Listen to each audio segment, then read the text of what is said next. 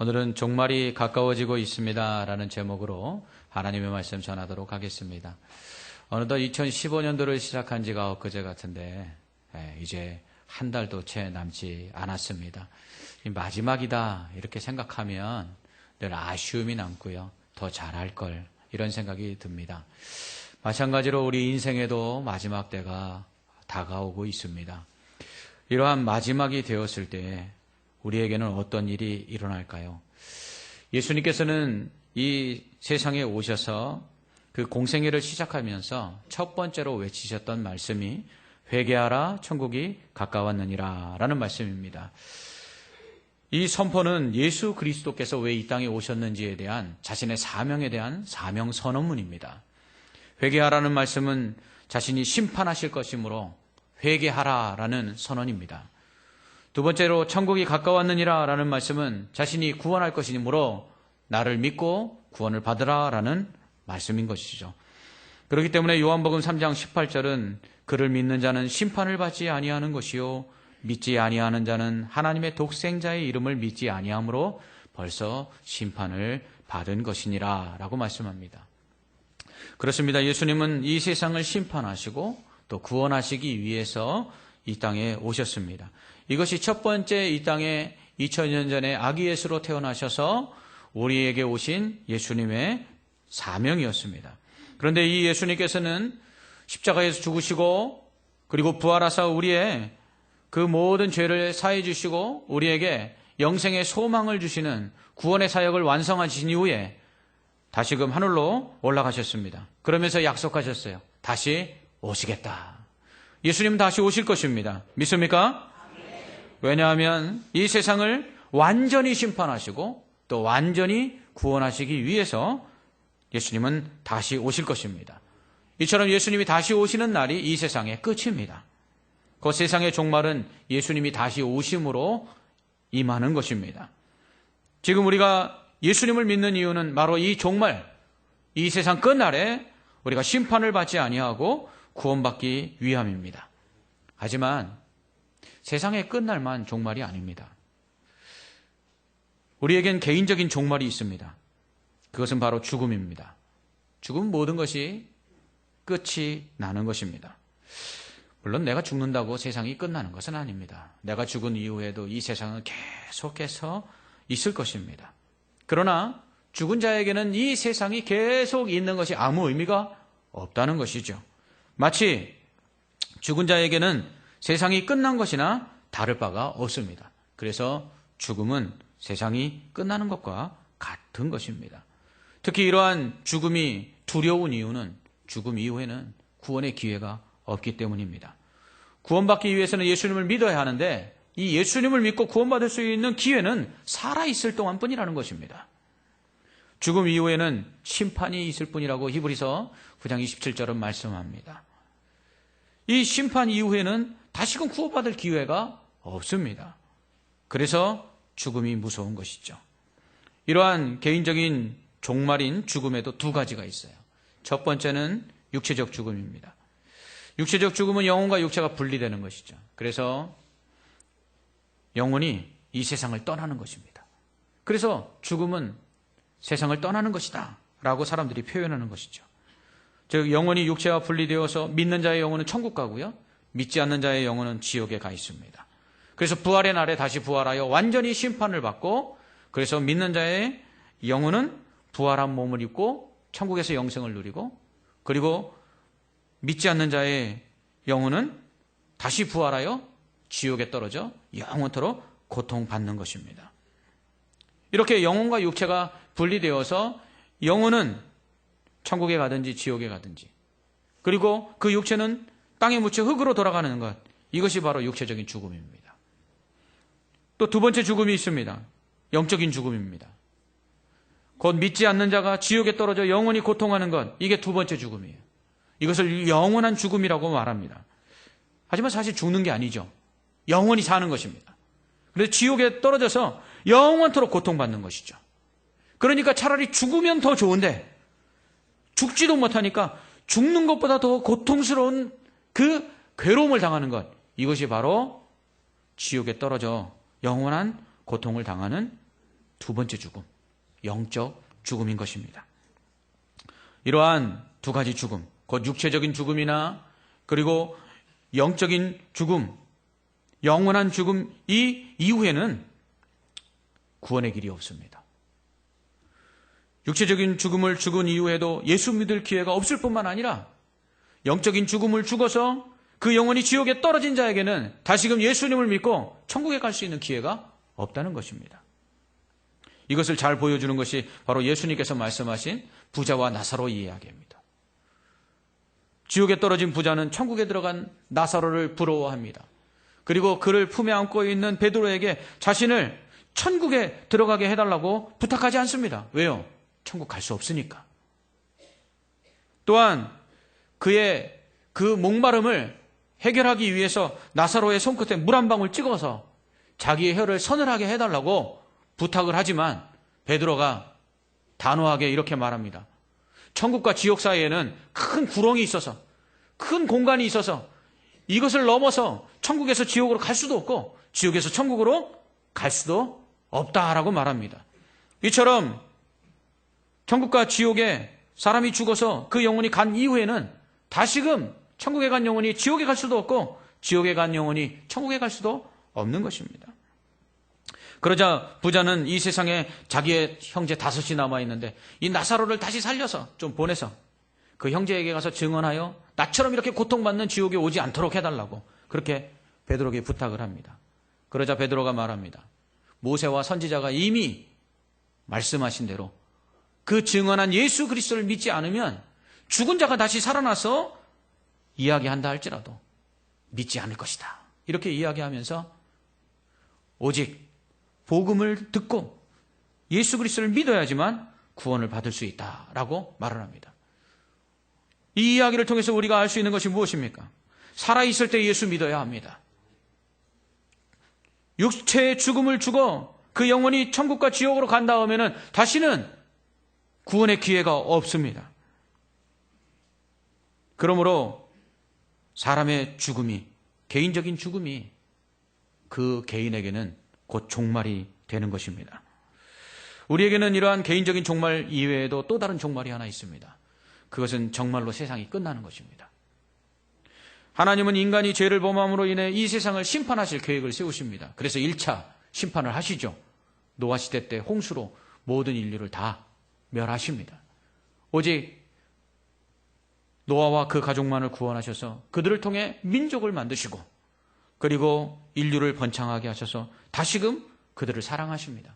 그러나 그들이 또다시 죄를 범하자 하나님은 그들을 심판하실 계획을 세우십니다. 그러한 가운데 그 인류를 불쌍히 여기셔서 예수 그리스도 독생자를 이 땅에 보내사 십자가에 대신 죽이심으로 그 대속의 죽으심으로 말미암아 그를 믿는 자들의 죄를 사해 주시고 그리고 구원해 주셨습니다.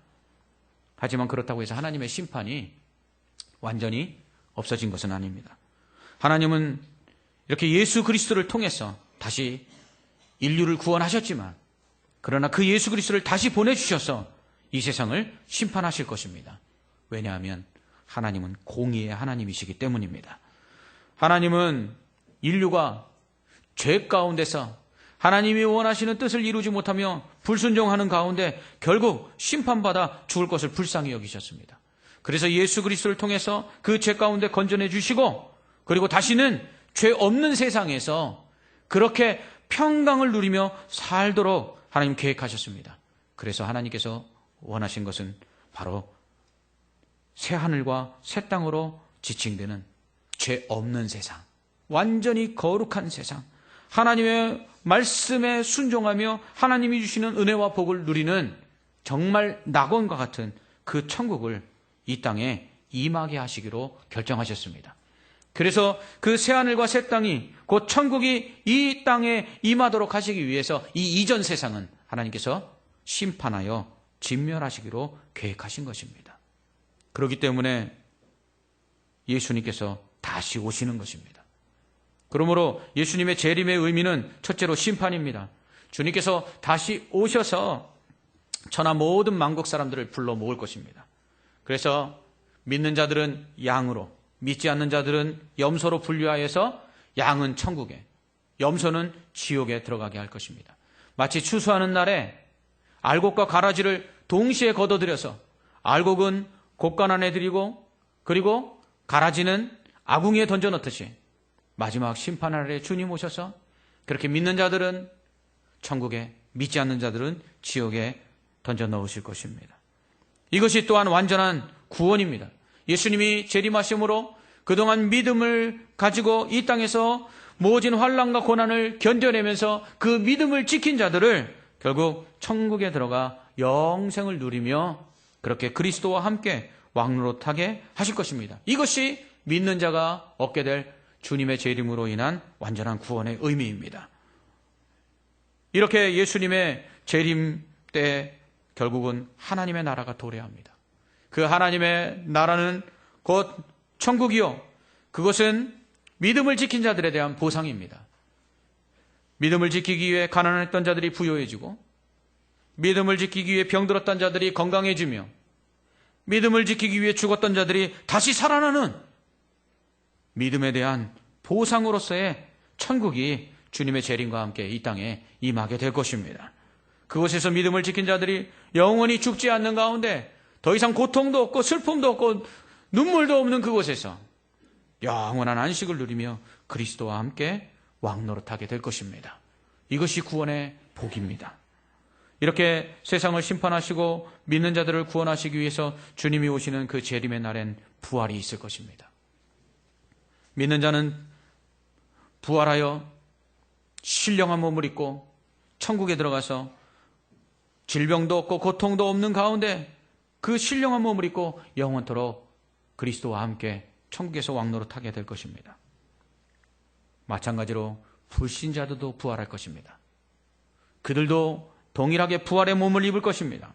그러나 그 부활의 몸은 믿는 자들의 부활의 몸과 달리 영원히 고통을 느끼며 영원히 괴로우며 영원히 질병 가운데 그 아픔을 감당해야 되는 그런 몸인 것입니다.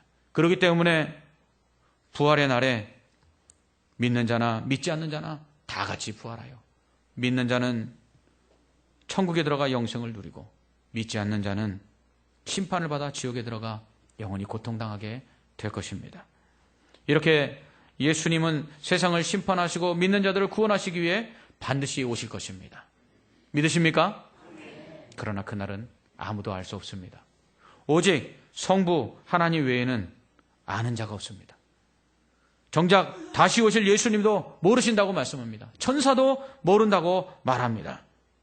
그렇기 때문에 이단과 사이비들이 말하듯이 자신들이 재림 예수다 이렇게 떠들면서 내가 왔다, 또 언제 또 예수님이 오실 것이다 이렇게 이야기하는 건 다 거짓말이라는 겁니다. 왜요? 아무도 알 수 없기 때문입니다.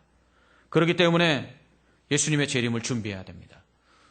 준비하지 않으면 예수님께서 갑자기 오실 텐데, 도적같이 오실 텐데 그때 준비되지 않은 자들에게는 그 준비되지 않음으로 인해서 심판이 임할 것이기 때문입니다.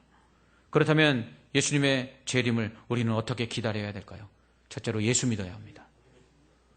예수 믿는 것 외에는 구원의 방법이 없습니다. 예수 믿는 것 외에는 다른 구원의 이름을 주시지 않았습니다. 선행이나 어떤 행실로 구원받는 것이 아니라 오직 믿음으로 구원받는 것입니다. 이 예수 그리스도를 믿음으로 구원받는 이 은혜를 우리에게 주시기 위해서 예수님이 태어나신 것입니다. 두 번째로 믿음을 지키고 인내해야 합니다. 끝까지 견뎌야 합니다. 요한계시록은 끝까지 이기는 자가 구원을 받는다고 말합니다. 그렇습니다. 우리는 영적 싸움이기 때문입니다. 사탄은 예수님이 하늘로 올라가신 그 이후부터 더욱더 이 땅에 믿음을 지키고 살아가는 사람들을 핍박하며 그들로 넘어지도록 만들고 있습니다.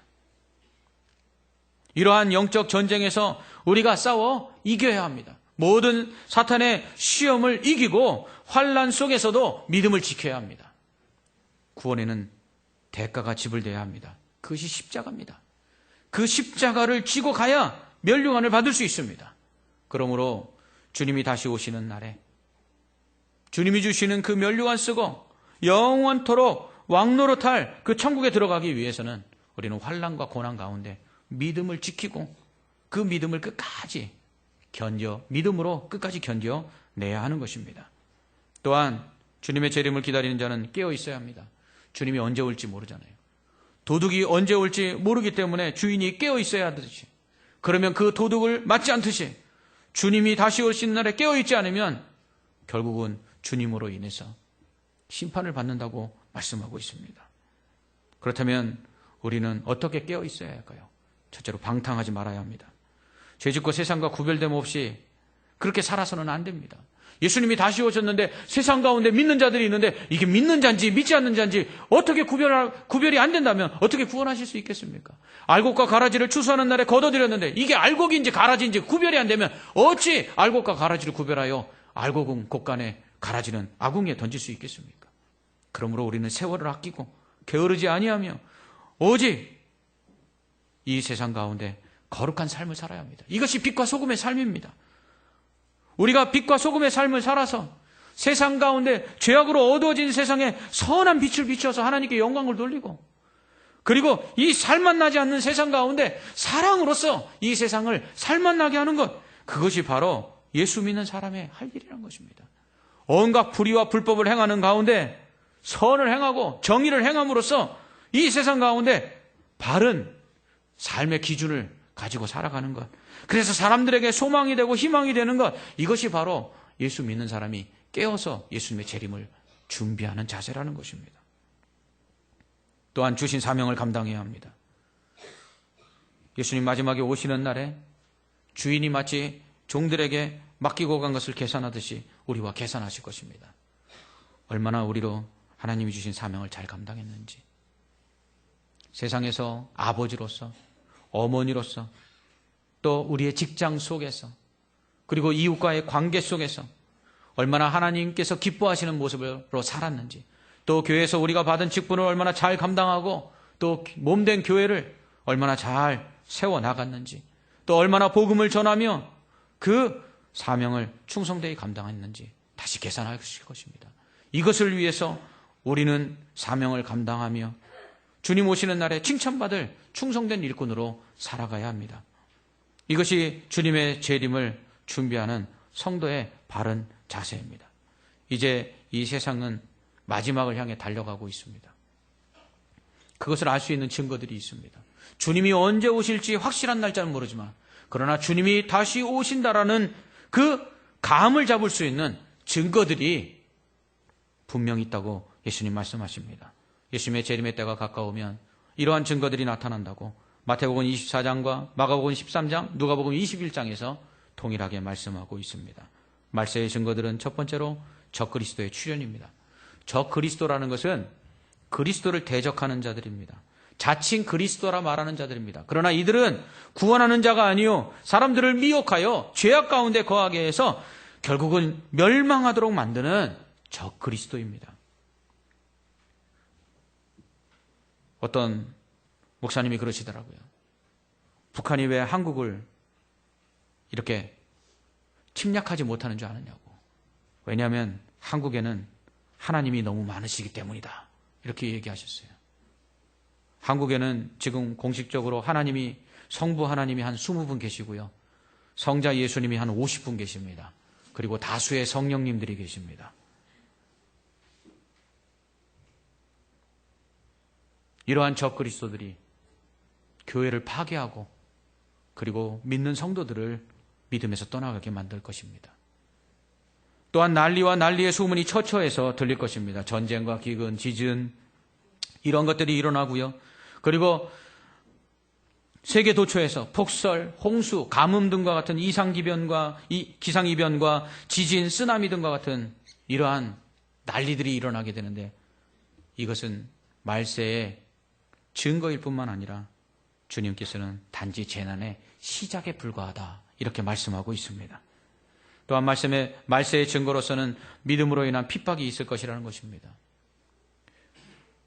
왜냐하면 사탄은 지금도 한 사람이라도 더 지옥 가도록 만들기를 원하기 때문입니다.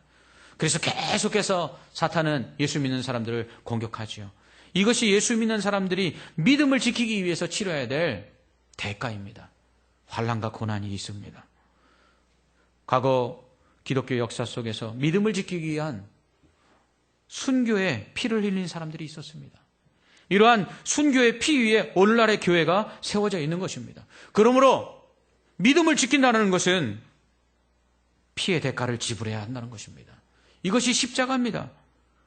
오늘날도 이슬람권의 나라에서는 기독교로 개종한 사람들을 핍박하고 살해하는 일들이 번번이 일어나고 있습니다.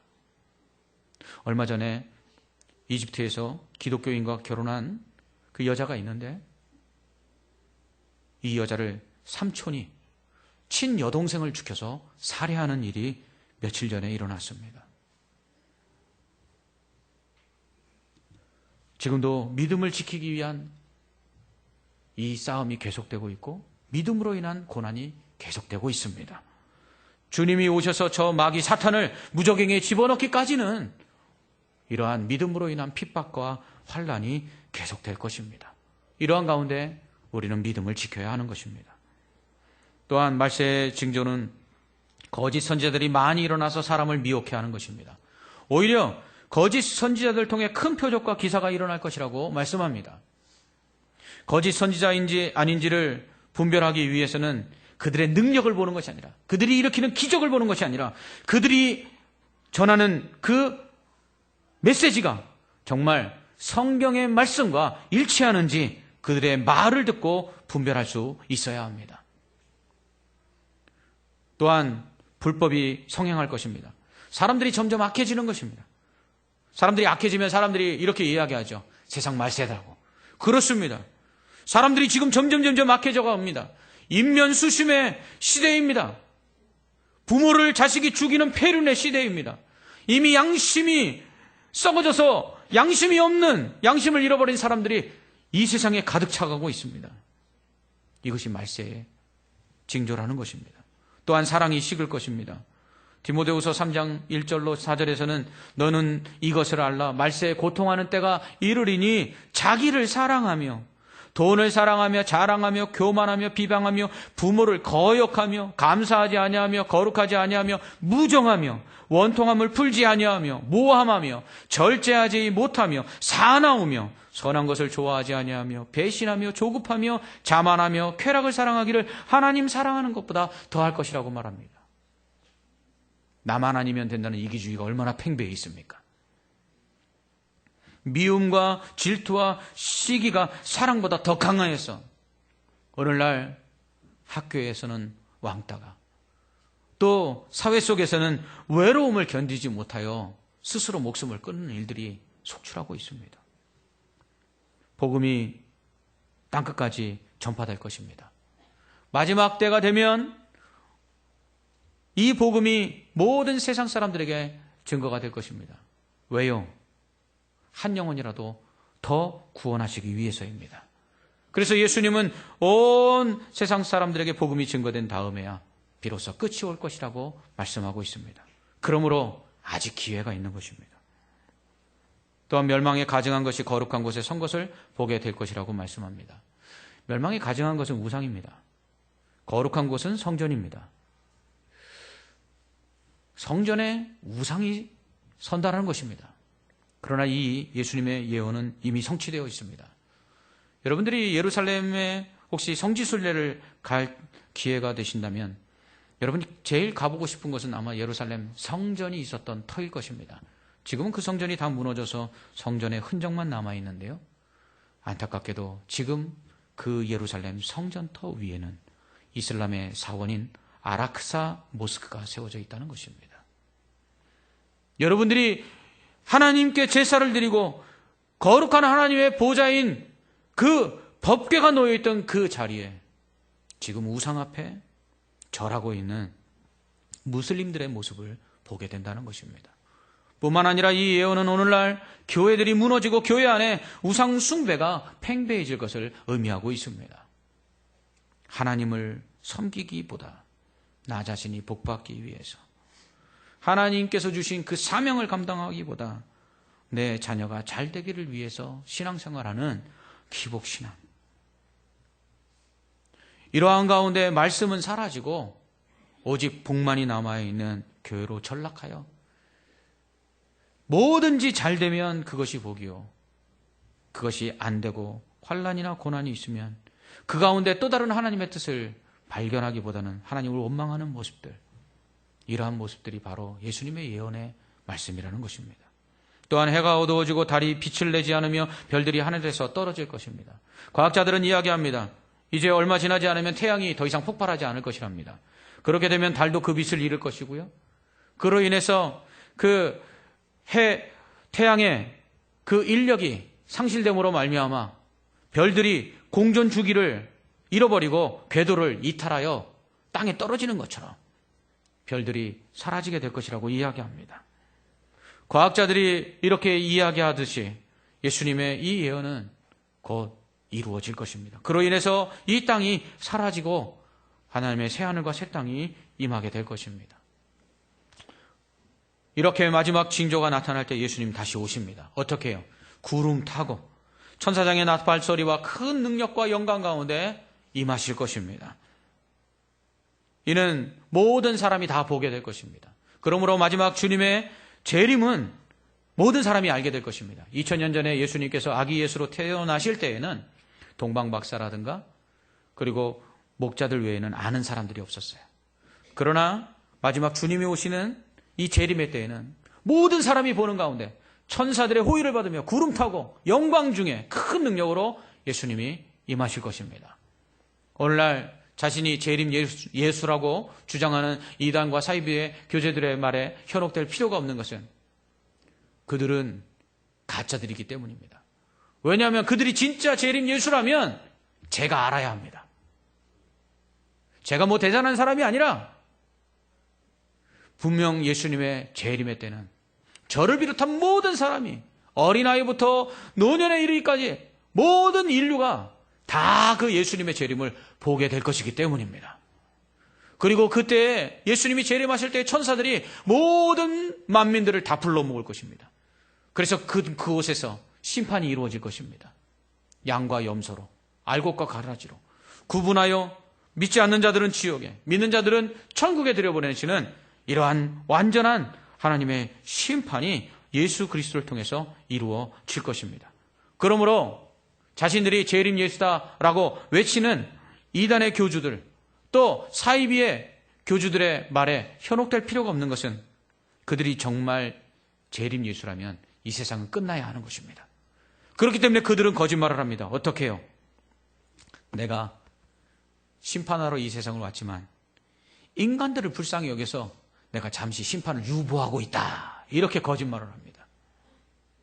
그래서 한 사람이라도 더 구원받도록 하기 위해서 내가 심판을 유보했다고 말합니다. 그러면서 14만 4천 명의 수가 다 차기까지 심판이 유보됐다고 말합니다. 그러나 그건 거짓말입니다. 요한계시록은 말합니다. 14만 4천 명은 예수님이 오신 다음에 채워지는 수가 아니라 이미 예수님이 오실 때 14만 4천 명에 채워진 구원받은 자들이 천국에 올라간다는 의미입니다.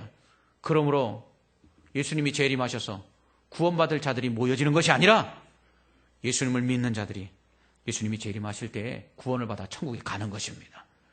그러므로 재림 예수라고 떠드는 사람들에게 가서 말하기 바랍니다. 당신이 재림 예수라면 나는 벌써 천국 가 있어야 된다고. 그러므로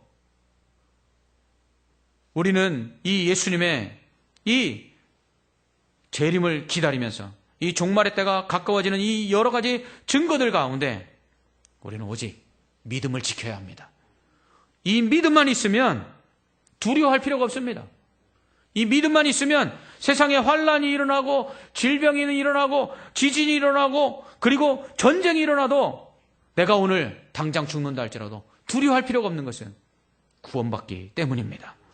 그러므로 오늘날 마지막 이 말세의 증거들로 인해서 나타나고 있는 여러 가지 자연 이상현상이라든가 전쟁이라든가 지진이라든가 또한 사랑이 없고 악을 행하며 그리고 여러 적그리스도와 그리고 거짓된 이단들의 괴수들이 나타나서 우리를 믿음에서 떠나도록 유혹하고 미혹한다 할지라도 우리는 오직 믿음을 지키고 깨어서 그 주님이 오실 날 기다리면서 주님이 주신 사명을 감당하고 복음을 전하고 그리고 주님이 원하시는 그 빛과 소금의 역할을 감당하기만 하면 환난의 말세의 어떠한 징조가 우리에게 나타난다 할지라도 우리는 두려워할 것이 없는 것입니다. 그러므로 우리는 오늘 하루를 살아도 주님이 오늘 오실 것처럼 살아야 합니다. 오늘 이 시간이 내게 주어진 마지막 시간이라고 생각하고 우리는 주님께서 원하시는 믿음이 있는가? 주님께서 주신 사명을 감당하고 있는가? 주님을 정말 기쁘시게 하는 삶을 살고 있는가? 고난과 환난 속에서도 믿음을 지키며 인내하는 견고한 믿음을 가지고 있는가? 우리 자신을 되돌아볼 필요가 있습니다.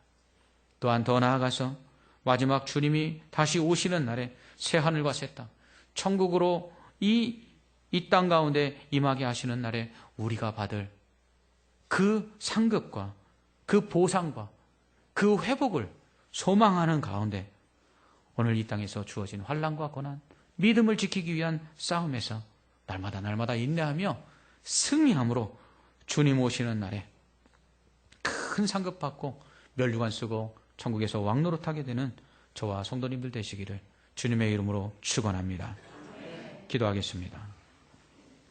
마라나타, 아멘 주 예수여 어서 오시옵소서. 이 신앙의 고백이 우리의 고백이기를 원합니다. 초대교회 성도들은 사자굴에 던져지며 불꽃 가운데 던져져 화형을 당하며 검투사의 칼에 찔려 죽으면서도 믿음을 지킬 수 있었던 것은 그들이 믿음을 지킴으로 천국에 들어가 영원토록 왕노릇할 것을 소망했기 때문인 줄 믿습니다. 이 믿음을 우리가 가지고 오늘날 믿음을 지키기 위하여 더욱더 마지막 시대의 징조로 나타나는 적그리스도와 그리고 거짓 선지자들의 그 교훈에 미혹되지 말게 하여 주옵시고 환난과 핍박을 능히 견뎌내며 오직 소망 가운데 승리함으로 주님 앞에 서는 날에 또 주님 오시는 날에 잘했다 칭찬받으며 큰 상급 받고 면류관 쓰고 영원토록 왕노릇할 수 있는 구원받은 믿음의 성도들 되게 하여 주시옵소서. 예수님 이름으로 기도합나이다. 아멘.